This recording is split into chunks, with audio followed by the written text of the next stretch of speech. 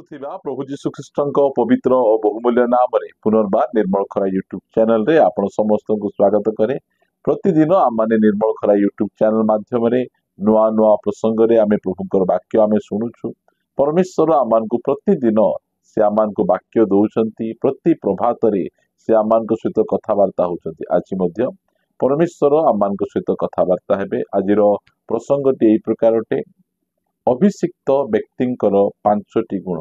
ଅଭିଷିକ୍ତ ବ୍ୟକ୍ତିଙ୍କର ଅନେକ ଗୁଣ ଗୁଡିକ ଥାଏ, ଯାହା ଦ୍ୱାରା କି ସେହି ବ୍ୟକ୍ତି ପ୍ରଭୁଙ୍କ ଦ୍ୱାରା ଅଭିଷିକ୍ତ କି ନାହିଁ ଆମେ ତାହା ଜାଣିପାରିବା। ଆଉ ସେଥିମଧ୍ୟରୁ ଆମମାନେ କେବଳ ଆଜି 5ଟି ଗୁଣ ଆମେ ଜାଣିବା, କାରଣ ଏଇ ଦିନ ମାନଙ୍କରେ ଅନେକ ପ୍ରଭୁଙ୍କର ଦ୍ୱାରା ଅଭିଷିକ୍ତ ପ୍ରଭୁଙ୍କ ଦାସ ମାନେ ଅଛନ୍ତି, ଯେଉଁମାନେ କି ନିଜକୁ ଅଭିଷିକ୍ତ ବୋଲି କହୁଛନ୍ତି। ପ୍ରଭୁ ମତେ ଆନଏଣ୍ଟ କରିଛନ୍ତି, ପ୍ରଭୁ ମତେ ଭାବବାଦୀ କରିଛନ୍ତି, ପ୍ରଭୁ ମତେ ପ୍ରେରିତ କରିଛନ୍ତି, ପ୍ରଭୁ ମତେ ହିଲର କରିଛନ୍ତି, ବିଭିନ୍ନ ପ୍ରକାର ସେମାନେ କଥା ଗୁଡିକ କହନ୍ତି।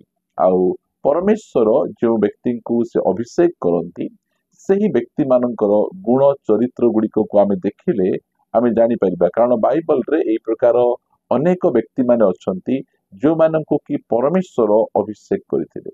ସେମାନଙ୍କ ମଧ୍ୟରୁ ଜଣେ ମୋଶା ଜଣେ ଅଭିଷିକ୍ତ ବ୍ୟକ୍ତି ଥିଲେ। ମୋଶାଙ୍କ ପରି ନେତା ଆଜି ଯାଏ ପୃଥିବୀରେ କେହି ବାହାରି ନାହାନ୍ତି। ଏତେ ବଡ ମଣ୍ଡଳୀକୁ ସେ କି ପ୍ରକାର ଭାବରେ ଲିଡ୍ କରି ନେଇ ଯାଉଥିଲେ। ଆଉ ସେହି ଅଭିଷିକ୍ତ ବ୍ୟକ୍ତିଙ୍କର ଗୋଟେ ଗୁଣ ଦେଖିବା। ଆମମାନେ ଗଣନା ପୁସ୍ତକ 12 ଅଧ୍ୟାୟର 3 ପଦରେ ଦେଖାଗଲା, ମୋଶା ପୃଥିବୀସ୍ଥ ସମସ୍ତ ଲୋକଙ୍କ ଠାରୁ ଅତି ନମ୍ର ଲୋକ ଥିଲେ। ପ୍ରିୟମାନେ, ଗୋଟେ ଅଭିଷିକ୍ତ ପ୍ରଭୁଙ୍କ ଦାସଙ୍କର ସବୁଠାରୁ ପ୍ରଥମ ଗୁଣ ସେ ଜଣେ ନମ୍ର ବ୍ୟକ୍ତି ଥିଲେ। ମୋଶା ପୃଥିବୀର ସବୁଠାରୁ ଅଧିକ ନମ୍ର ବ୍ୟକ୍ତି ଥିଲେ। ତାଙ୍କ ବିରୁଦ୍ଧରେ ଲୋକମାନେ କେତେ କଥା କହିଲେ। ତାଙ୍କର ନିଜର ବଡ ଭାଇ ହାରଣ, ବଡ ଭଉଣୀ ମରିୟମ ତାଙ୍କ ବିରୁଦ୍ଧରେ ଅନେକ କଥା କହିଲେ, ପଦେ ହେଲେ ସେ ଉଲ୍ଟେଇ ନାହାନ୍ତି। ଆଜି ଅନେକ ପ୍ରଭୁଙ୍କର ଅଭିଷିକ୍ତ ଦାସ ମାନେ ଅଛନ୍ତି, ସେମାନଙ୍କ ବିରୁଦ୍ଧରେ ଯଦି ଆପଣ କିଛି କହିବେ, ସେମାନେ ଆପଣଙ୍କର ବିରୁଦ୍ଧରେ କହିବେ, ଆପଣଙ୍କ ବିରୁଦ୍ଧରେ ଭିଡିଓ ବନେଇବେ, ନିଜକୁ ଜଷ୍ଟିସ କରିବେ, ମୁଁ ଭଲ ଅନ୍ୟମାନେ ଖରାପ ବୋଲି ସେମାନେ କହିବେ। ପ୍ରିୟମାନେ, ଅଭିଷିକ୍ତ ବ୍ୟକ୍ତି ମାନେ ସେଇ ପ୍ରକାର ନାହାନ୍ତି।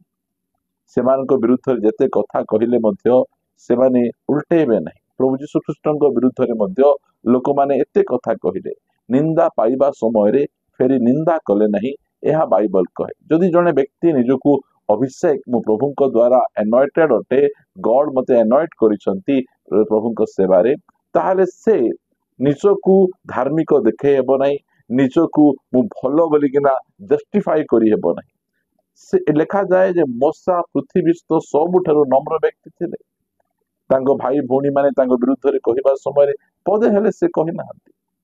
ସେତେବେଳେ ଅଭିଷିକ୍ତ ବ୍ୟକ୍ତିଙ୍କର, ଯାହାକୁ କି ପରମେଶ୍ୱର ଅଭିଷେକ କରିଥିବେ, ସେ ଭାବବାଦୀ ହୁଅନ୍ତୁ, ପ୍ରେରିତ ହୁଅନ୍ତୁ, ସୁସମାଚାର ପ୍ରଚାରକ ହୁଅନ୍ତୁ, ବାଇବଲ ଶିକ୍ଷକ ହୁଅନ୍ତୁ, ପାଳକ ହୁଅନ୍ତୁ, ଏ ଯୋଉ 5-fold ମିନିଷ୍ଟ୍ରି ପରମେଶ୍ୱର ଦେଇଛନ୍ତି ମଣ୍ଡଳୀରେ, ଆଉ ସେମାନେ ନମ୍ର ଲୋକ ହେବାର ଆବଶ୍ୟକ ରହିଛି। ପରମେଶ୍ୱର ନମ୍ର ଲୋକମାନଙ୍କୁ ସେ ଅଭିଷେକ କରିବା ପରମେଶ୍ୱର ସେ ଅଟନ୍ତି।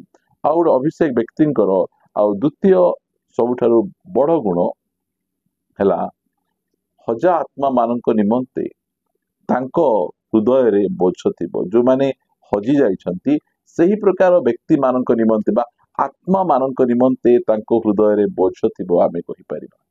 ଆମେ ପଢିବା 2 କରନ୍ଥୀୟ ଏହାର 11 ଅଧ୍ୟାୟ, ଆମେ ପଢିବା 28 ପଦ। ଅବଶିଷ୍ଟ ସମସ୍ତ ବିଷୟ ଛଡା ଆଉ ଗୋଟିଏ ବିଷୟ ପ୍ରତି ପ୍ରତିଦିନ ମୋ ଉପରେ ମାଡ଼ି ପଡୁଅଛି, ଅର୍ଥାତ୍ ମଣ୍ଡଳୀ ସମୂହ ନିମନ୍ତେ ଚିନ୍ତା।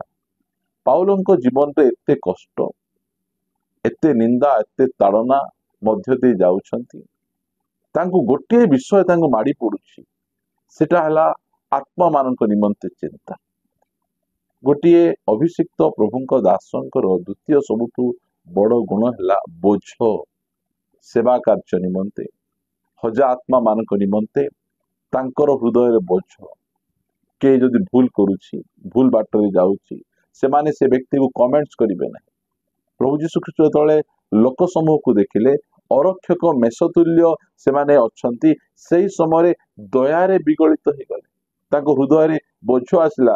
ଯୋଉ ସମୟରେ ପରମେଶ୍ୱର କହିଲେ, ଏ ଇସ୍ରାଏଲ ଲୋକମାନଙ୍କୁ ମୁଁ ବିନାଶ କରିବି, ଆଉ ତୁମ ଠାରୁ ଆଉ ଗୋଟେ ନୂଆ ଗୋଷ୍ଠୀ ବାହାର କରିବି, ସେଇ ସମୟରେ ମୋଶା କହିଲେ, ପ୍ରଭୁ जदि तुम्हें सेमानकु जदि तुम्हें नष्ट करूछ ताहले मो नाम मध्य जीवन पुस्तक काटी दियो। मध्यस्थ कि बोझ देखंतु प्रिय माने जो माने प्रभुंक द्वारा अभिषेक करा जाइछंती सेमानंकर द्वितीय सबुठु गुण बड़ गुण हैला हजा आत्मा मानक निमंते आत्मा गुड़िक निमंते तांको हृदय बोझ थिबो।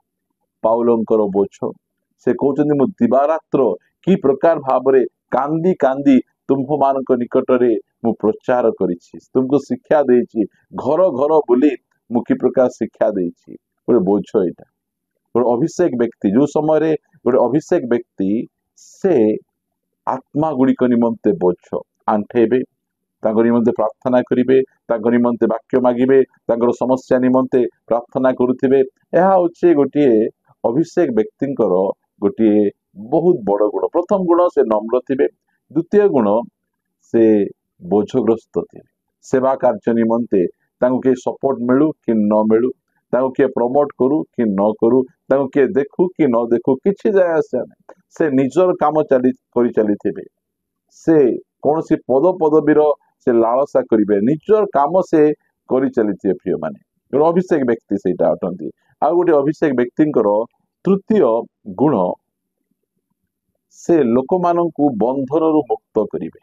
आमे पढ़िबा प्रेरित पुस्तक 10 अध्याय 38 पदरे, अर्थात नाजरित यीशुंक कथा किपरि ईश्वर ताहांकु पवित्र आत्मा और शक्ति रे अभिषिक्त कले आउ से मंगल साधन करू करू शैतान कर्तृत्व प्रपीड़ित समस्त लोकंकु सुस्थ करू करू सर्वत्र भ्रमण कले, कारण ईश्वर ताहांक सहवर्ती थिले। जो माने प्रभुंक द्वारा अभिषेक पाइछंती से माने लोक मानकु बंधन ग्रस्त करिवे नै, लोक मानकु बंधन मुक्त करिवे। कारण अभिषेक जुआली को भग्न करे, यह बाइबल आमानकु कहे।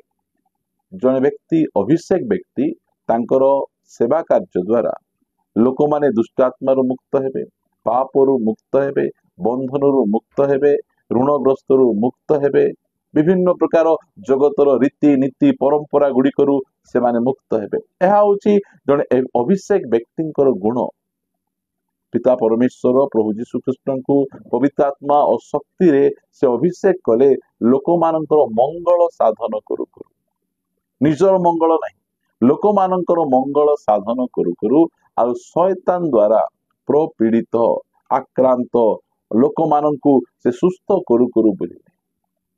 यह होछि अभिषेक व्यक्तिंकर तृतीय गुण, जिससे लोक मानकु बंधन मुक्त करिवे, बंधन ग्रस्त करिवे नहीं, सेमानकु बंधन मुक्त करिवे। यह ताहांकर गुण। आपण मानक निकटरे चतुर्थ गुण रखिबा पई चाहे गोटे अभिषेक व्यक्तिंकर मो सहित आपण माने गालातिय पुस्तक यार 1 अध्याय 10 पद पढ़िबा। गालातिय पुस्तक 1 अध्याय 10 पद लिखा गला, मु कि एबे मनुष्य मानकर किंबा ईश्वरंकर प्रिय पात्र हेबाकु यत्न करूअछि अबा मनुष्य मानकु कि संतुष्ट करिबाकु चेष्टा करूअछि। जदि मु एबे सुद्धा मनुष्य मानकु संतुष्ट करूथांती ते मु ख्रीष्टंक दास होंती नहीं।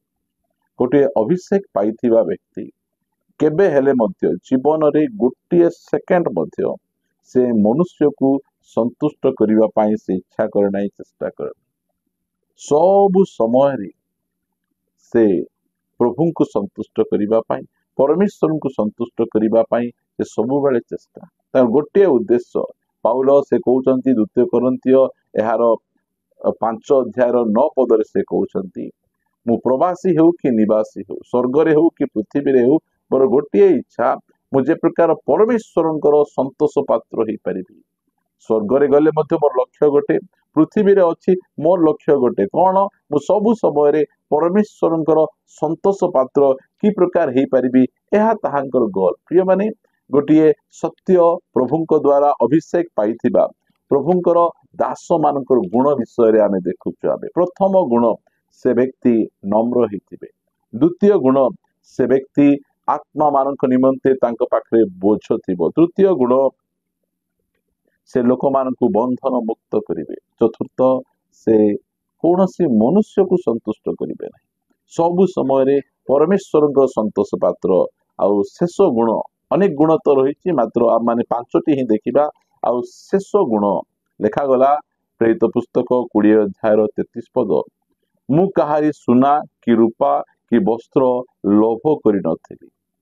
से कौनसी प्रकारे कौनसी विषय को से लोभ करिवे ना सुना को ना रूपा को ना धन को ना कौनसी विषय लोभ ना। से गोटे लोभ शून्य व्यक्ति थे।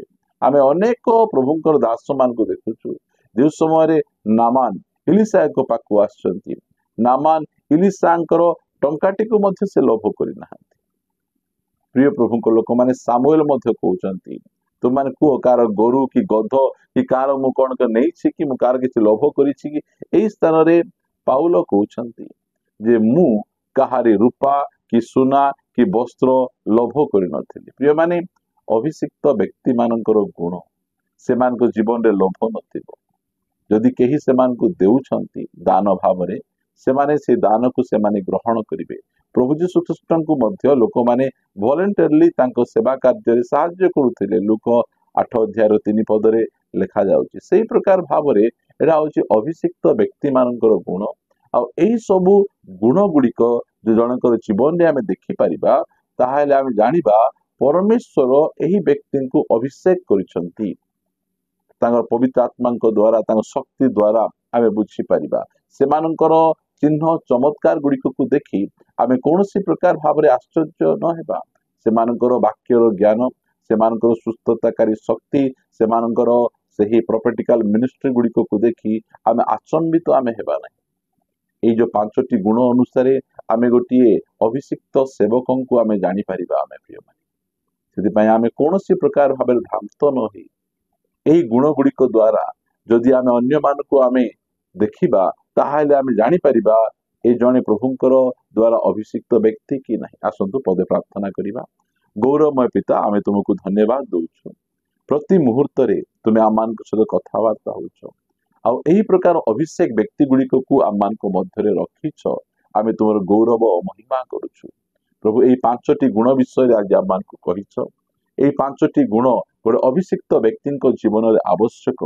आ द्वारा आमे जानी परिबु से अभिषेक कि नहीं। प्रभु आम धन्यवाद तुमको दउछु। तुम वाक्य द्वारा आम सहित कथावार्ता होउछ। प्रभु तुमे आमको अभिषेक करिछ। आ तुम काम करिबा निमंते तुमे आमान को शक्ति और सामर्थ्य प्रदान करूछ।